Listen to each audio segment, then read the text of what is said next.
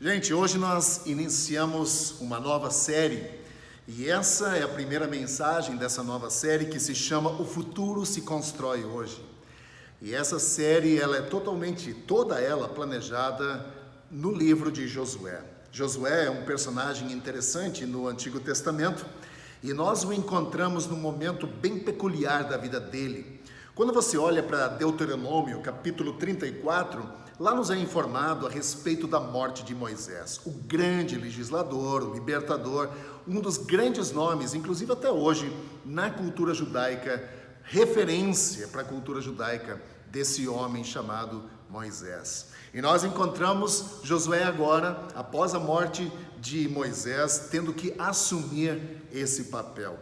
E esse ponto onde Josué aparece na história, ele aparece como um dos maiores generais que a história já produziu.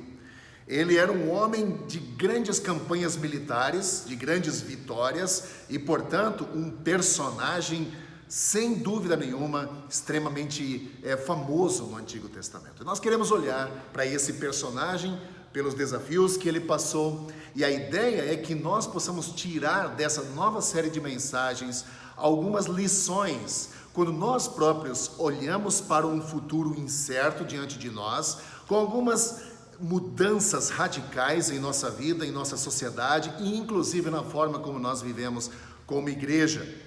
E o versículo 1 e o versículo 2 do primeiro capítulo do livro de Josué diz que depois da morte de Moisés, servo do Senhor, disse o Senhor a Josué, filho de Num, auxiliar de Moisés: meu servo Moisés está morto. E essa é uma notícia ruim aqui, muito ruim. Moisés está morto. E quem poderia substituir esse homem? Quem estaria à altura de substituir Moisés? Quem poderia cair nas graças do povo e ser logo aceito pelo povo como o substituto desse grande líder Moisés? Bom, aos olhos de Deus estava muito claro que Josué era esse homem. Sabemos alguns detalhes baseados na palavra de Deus a respeito do personagem Josué. Nós sabemos que ele é filho de Num, nós sabemos também que ele vem da tribo de Efraim, sabemos também que o nome dele significa Jeová salva, sabemos que ele foi um dos 12 na verdade, incluindo ele, 12 espias que foram enviados por Moisés para espionar a terra prometida, Canaã. Sabemos que ele, junto com Caleb, foram os únicos que deram um relato positivo e encorajador, que deveriam ir e tomar a terra. Sabemos também pelo texto bíblico do próprio livro de Josué, no capítulo 14, que Caleb, quando foi enviado junto com Josué e os outros 10 para espionar a terra, Caleb tinha 40 anos. Então, se nós imaginarmos que Josué era talvez da mesma idade que Caleb, ou talvez um pouquinho mais novo, nesse instante, Josué tem aproximadamente 65 anos. E aproveito isso para dar uma boa notícia a alguns de nós. Deus ama usar homens e mulheres mais velhos. Isso não significa que a gente menospreze os mais jovens, mas é um alento, é uma alegria saber que Deus ama usar pessoas mais velhas, assim como ele usou Josué, assim como ele usou também Caleb, assim como usou Moisés, assim como usou Abraão, assim como usou Noé. Então nós vemos não uma predisposição, mas que Deus ama sim utilizar para sua missão, para sua obra, pessoas com mais idade. Portanto, a vida não termina, conforme a gente vai envelhecendo. Pelo contrário, temos grandes desafios e Deus ama nos utilizar. Voltando a Josué, ele, acima de tudo, ele era um soldado. Ele sabia como lutar, ele sabia como liderar, ele sabia como vencer. E acima desses detalhes sobre a luta e as vitórias, ele era um excelente estrategista. Ele era um estrategista tão brilhante que teve várias vitórias brilhantes. E a vitória com mais destaque foi justamente a tomada da cidade de Jericó. Portanto, ele não era tão famoso quanto Moisés, mas isso não é uma crítica, porque ele servia ao mesmo Deus que Moisés. De fato, Josué não andou com Deus assim como Moisés andou. Mas, por outro lado, Josué venceu batalhas que Moisés não lutou. E o livro, ele apresenta uma grande questão para o povo aqui. Moisés está morto, e agora? O que vai acontecer? Quando nós nos deparamos com situações novas, como essa que Josué vive, um grande líder, ele simplesmente morre, e aquele vácuo, quem vai preencher isso? Justamente nesse ponto é um momento bem crítico. Quem vai substituir ou quem vai preencher esse vácuo que ficou?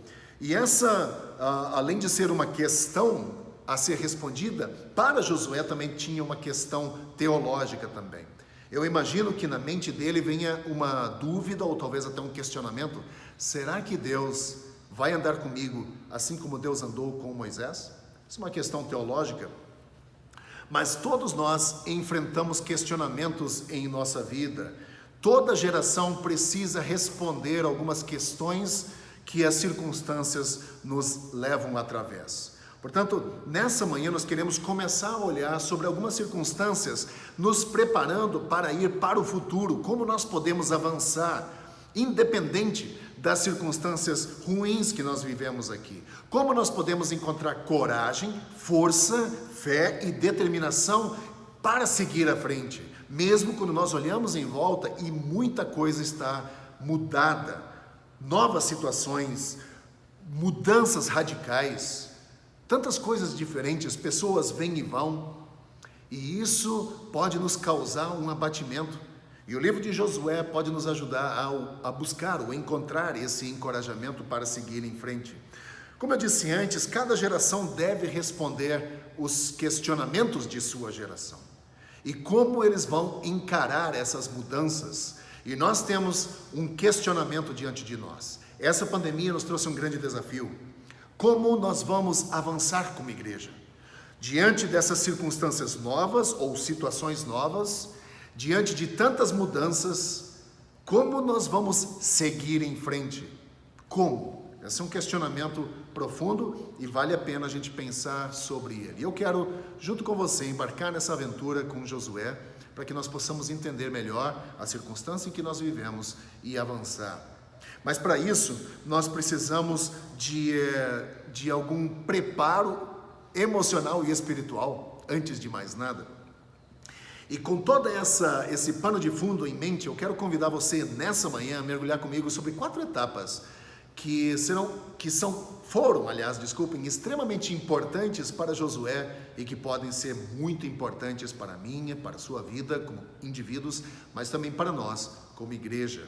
Seja você membro da IAUSP, ou seja você um ouvinte de uma outra igreja ou de igreja alguma, mas todos nós precisamos ter um encontro com o Senhor, permitir que a palavra de Deus fale ao nosso coração, nos oriente e nos prepare para os desafios que estão diante de nós. Nós temos desafios como igreja e nós temos desafios como indivíduos. Portanto, o texto dessa manhã serve tanto para o indivíduo quanto para a coletividade. Vamos ver o que o texto diz?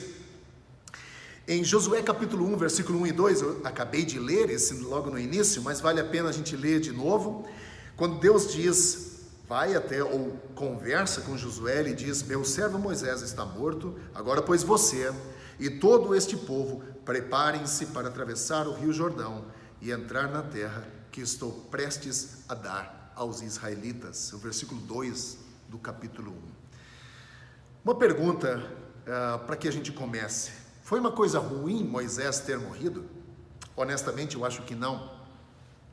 Moisés serviu a Deus em sua geração. Ele foi muito útil, ele fez grandes coisas com a bênção de Deus e com a atuação de Deus através da vida dele. E quando essa obra, essa missão foi concluída, Deus o chama para casa. Ele vai para casa. Ninguém vive para sempre.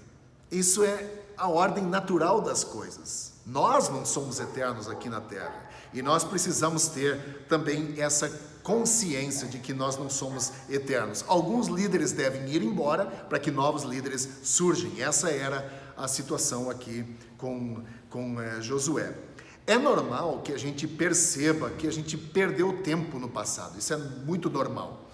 Mas não é normal nós perdermos o nosso futuro porque estamos presos ao passado. Então, a primeira coisa que nós encontramos no texto, que é extremamente importante para a nossa vida, nós devemos deixar o passado no passado, deixar para trás. Isso não significa que nós devemos fazer força para esquecer do passado ou negar o nosso passado. Significa que nós não devemos viver presos ao passado. Você não pode voltar ao passado nem para consertar coisas erradas que você fez, nem para reviver momentos bons. Você não consegue fazer isso, e não importa se você está feliz com a sua situação atual ou não, você não pode voltar ao passado para reviver momentos, nem para consertar problemas. Segunda coisa, você não pode ficar parado no presente. Você também não pode, mas você só tem uma opção: seguir em frente, porque a vida é como um rio, ela sempre flui para frente. E esse progresso, essa lei do progresso espiritual, da maturidade espiritual, se resume a isso. Eu não posso voltar ao passado, eu não posso ficar parado no presente, eu só posso avançar. Portanto, o primeiro passo que nós vemos Josué enfrentando aqui era não negar o passado, como eu disse antes, mas entender que agora o presente exige que eu caminhe em direção ao futuro. Portanto, é necessário deixar o passado no passado. Moisés serviu a sua geração, só que ele não existe mais. E nós não podemos viver presos porque Moisés não existe mais. E é a mesma coisa em nossa vida. Tem coisas que passaram e nós devemos seguir em frente. Esse é o primeiro progresso, deixar o passado para trás. Essa é a primeira etapa, aliás, não o progresso, essa é a primeira etapa, deixar o passado para trás. Quando você for tentado na sua circunstância ou na sua vida a se desesperar por causa da circunstância, lembre-se que você não pode voltar ao passado, você não pode ficar parado no presente, mas você só pode ir à frente. Portanto, eu encorajo você nessa manhã a tomar passos, um passo de cada vez, mas pela fé e na dependência do Senhor. Dê esse passo, avance, siga em frente. Não permita que o seu passado impeça você de viver o seu futuro, o seu presente e o seu futuro. Isso nos carrega ou nos coloca na segunda parte, na segunda etapa, versículos 2 e 3. Versículos 2 a gente já leu, mas eu gostaria de retomá-lo. Preparem-se para atravessar o Rio Jordão e entrar na terra que estou prestes a dar aos israelitas. Portanto, o segundo passo, a segunda etapa, é prontidão para avançar, é estar predisposto a deixar o passado no passado e seguir em frente. Nós precisamos ter essa predisposição. Na sequência dos versículos, o versículo 4 nos fala sobre a extensão de terra que Deus quer dar aos israelitas. Versículo 3 é muito claro, quando Deus diz a Josué: como prometi a Moisés, todo lugar onde vocês puserem os pés, eu darei a vocês. Deus não pretendia para os israelitas um pequenininho pedaço de terra numa região poeirenta do deserto do Oriente Médio. Deus queria que o povo de Israel se expandisse. E o versículo 3 nos diz que aonde eles fossem, Deus daria vitória, de modo que eles pudessem tomar posse daquela terra. Portanto, Deus queria, o propósito, o plano de Deus é que a expansão israelita fosse desde o Líbano ao Eufrates e então também o Mar Vermelho, Mediterrâneo, toda aquela região fosse tomada pelos israelitas. Deus queria isso.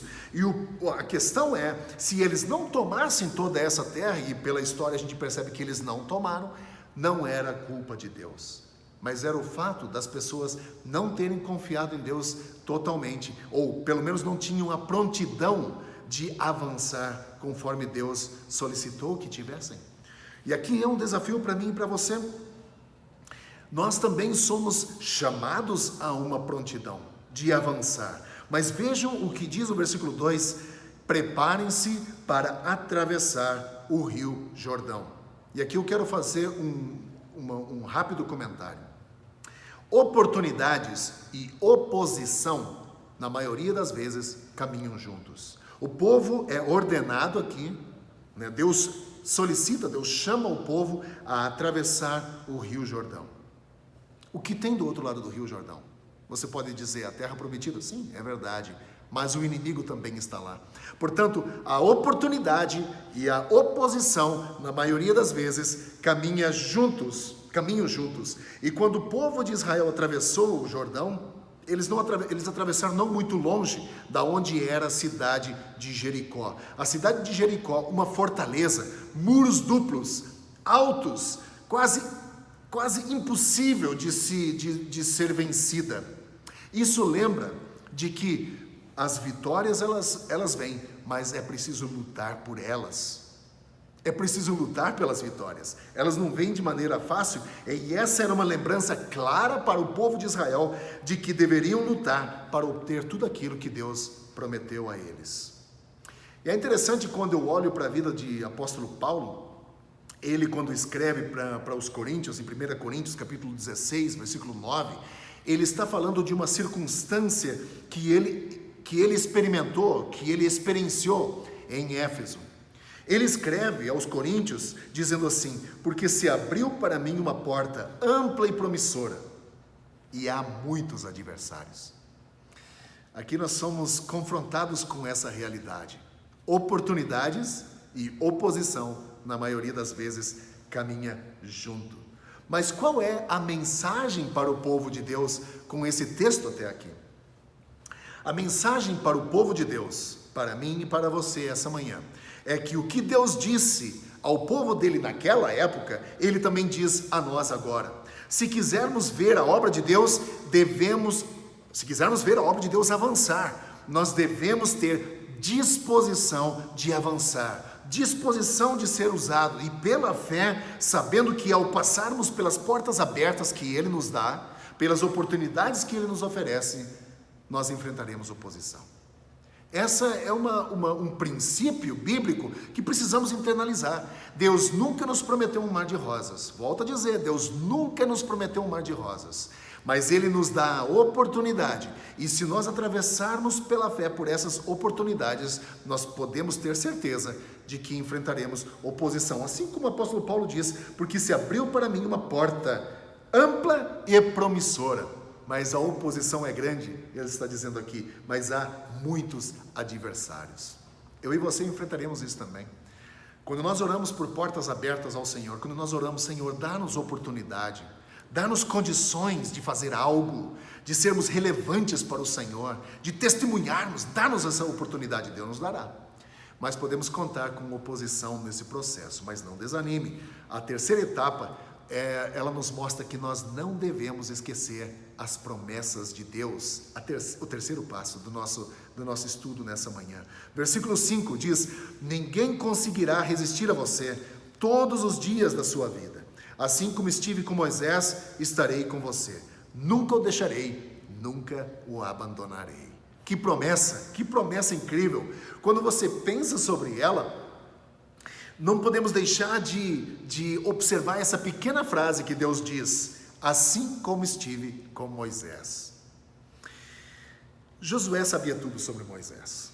A Bíblia diz que ele era o segundo em comando com Moisés, ou seja, era o braço direito de Moisés. Há mais de 40 anos acompanhava Moisés.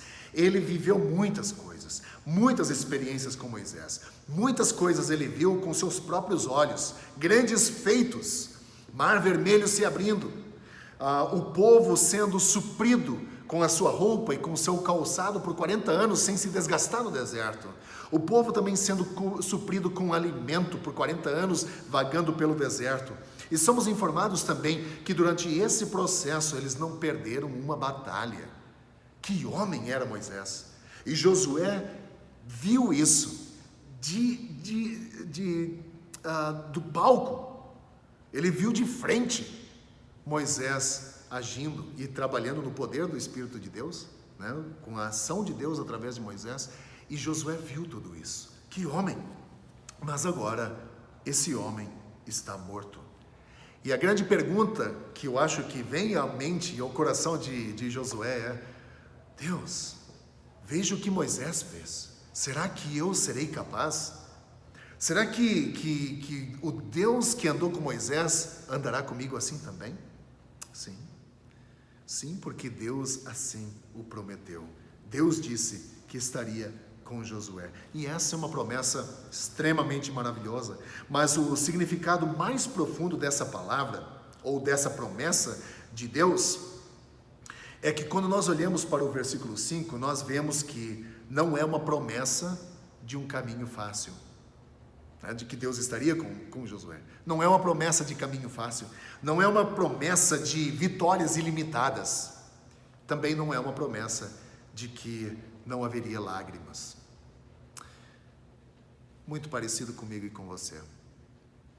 Deus nos diz: no mundo vocês vão passar por aflição, mas tenham bom ânimo, eu já venci o mundo.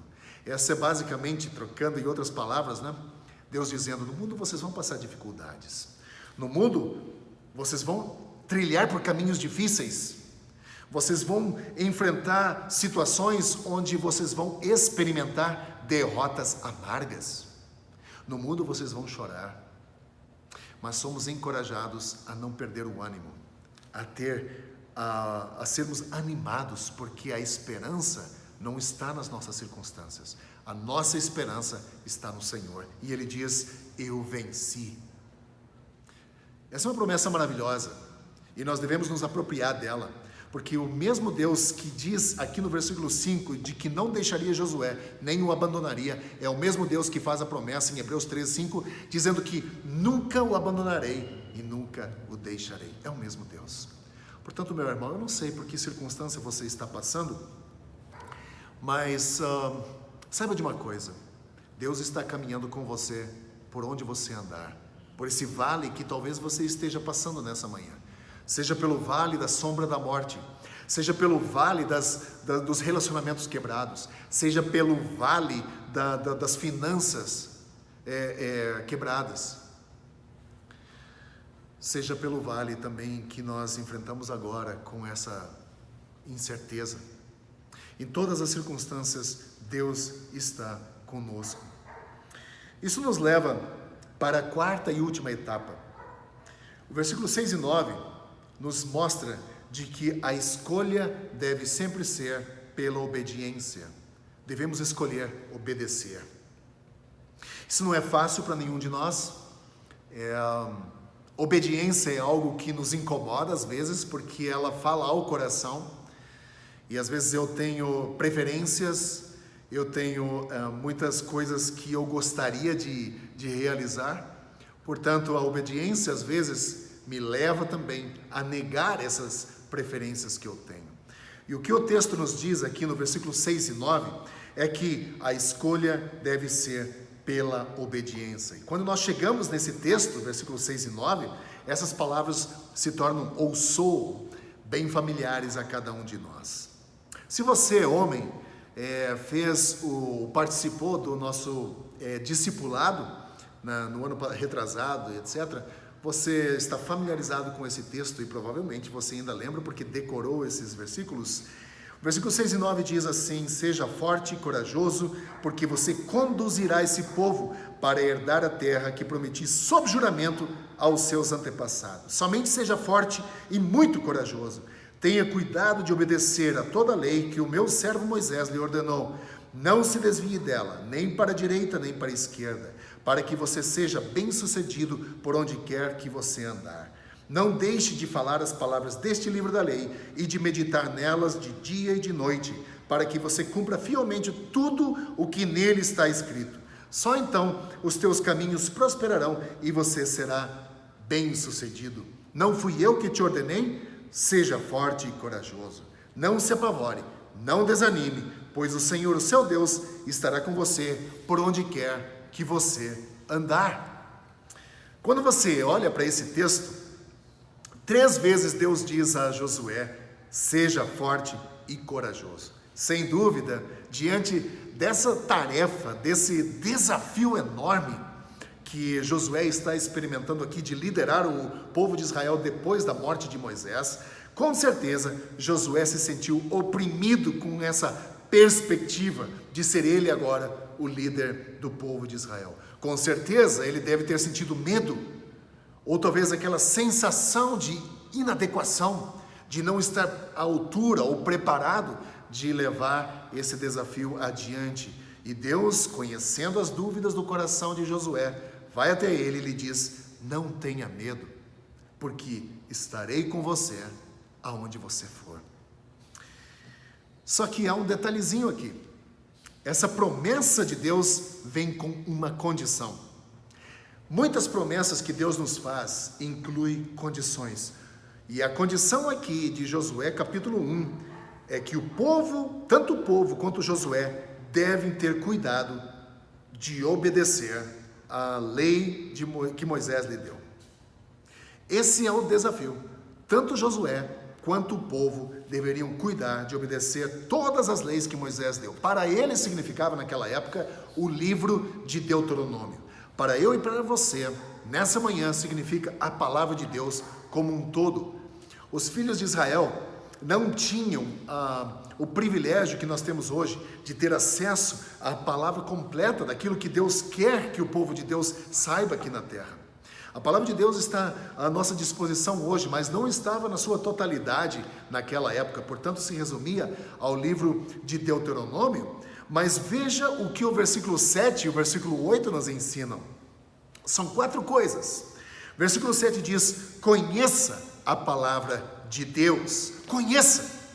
E através do conhecer a palavra de Deus, conhecemos aquele que deu a palavra. Podemos ter esse privilégio de mergulhar no conhecimento do nosso Senhor e Salvador. Podemos saber qual é a vontade dele para a nossa vida. Podemos saber qual é o futuro desse mundo. Todas essas coisas através do conhecimento da palavra de Deus. Versículo 8, a primeira parte diz: fale sobre a palavra de Deus. Fale sobre ela com os teus filhos. Fale sobre ela com os teus amigos, compartilhe isso que você conheceu.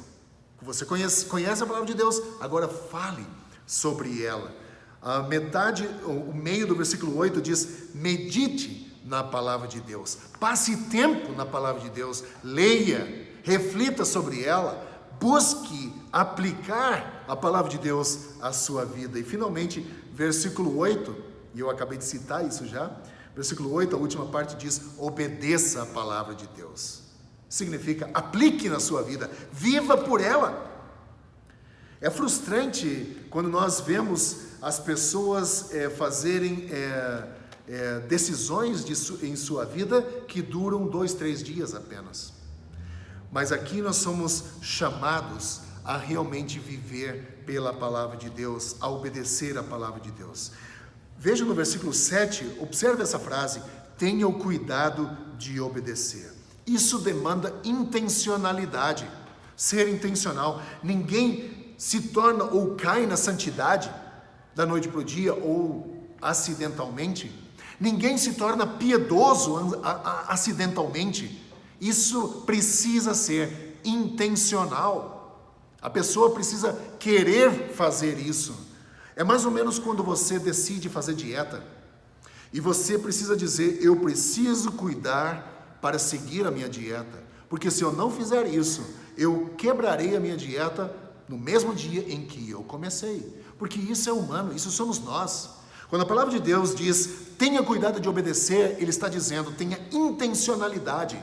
Não espere que isso seja um processo mecânico natural, que a coisa de uma hora para outra cai do céu no seu colo e você diz: hoje eu estou piedoso. Precisa haver intencionalidade. Tenha cuidado de obedecer. Você quer avançar? Quer maturidade espiritual na sua vida? Você quer ser um crente que é vitorioso? Não vitorioso naquilo que o mundo acha ser vitorioso, mas um crente que conhece o Senhor, um crente que anda com o Senhor, que depende do Senhor, que tem a sua vida pautada na pauta do Senhor, alinhada à missão de Deus sobre a terra. Você quer ser um crente assim? Seja intencional na sua vida com Deus. Seja intencional. E quando nós lemos essa frase, tenha cuidado de obedecer, significa que nós precisamos olhar a forma como eu estou vivendo o meu cristianismo. Nós temos hoje um fenômeno acontecendo. Muitas pessoas discordando entre si Devemos ou não abrir as igrejas? A igreja deve ou não estar aberta? E etc, etc. Nós hoje estamos divididos. Por que nós estamos divididos? Porque não tem nada a ver com a Bíblia. Estamos divididos por causa das nossas preferências. E preferência não é teologia, preferência não é Bíblia. E nós temos que olhar aquilo que a Bíblia nos diz. Sem comunidade não há igreja. Sem comunhão não há igreja. E nós temos que usar esses momentos em que nós estamos vivendo agora, claro, com essa virtualidade, precisamos aproveitar isso, mas a essência da igreja é comunhão, a essência da igreja é comunidade, e isso que a Bíblia ensina a ser igreja. Então eu posso ter uma opinião, você ter outra, mas essa intencionalidade nós precisamos ter na nossa espiritualidade. Tenha cuidado de obedecer, isso demanda intencionalidade. Obediência, meu irmão, não é enfadonho, obediência não é um fardo pesado, a obediência traz resultados em nossa vida. E eu quero encerrar essa manhã com uma pergunta, por que Deus usou Josué? Essa é uma pergunta e eu quero oferecer 3 respostas, sugerir 3 respostas a essa pergunta. Primeira sugestão a essa resposta, por que Deus usou Josué? Porque quando Moisés morreu, Josué estava preparado. Ele vinha se preparando há 40 anos. E quando Moisés morreu, ele estava pronto. Começa a se preparar.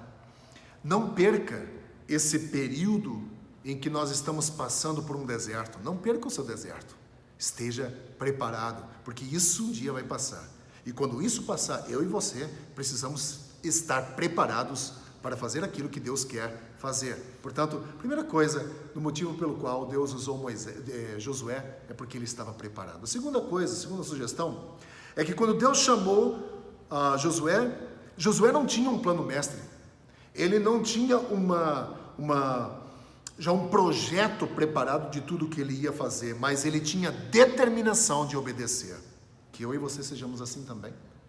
Que tenhamos determinação de obedecer. Terceira sugestão, quando Deus ordenou que as pessoas começassem a marchar, Josué não tinha conhecimento prévio de onde aquilo vai dar, mas marchou mesmo assim. Isso mostra fé. Eu e você somos chamados a andar, não por vistas, mas por fé. E coloque isso diante do Senhor. Faça aquilo que você já sabe que você deve fazer. Deus nos chamou para uma vida pautada na fé. Nem sempre nós vamos ter um plano mestre, nem sempre a gente vai saber aonde as coisas vão dar.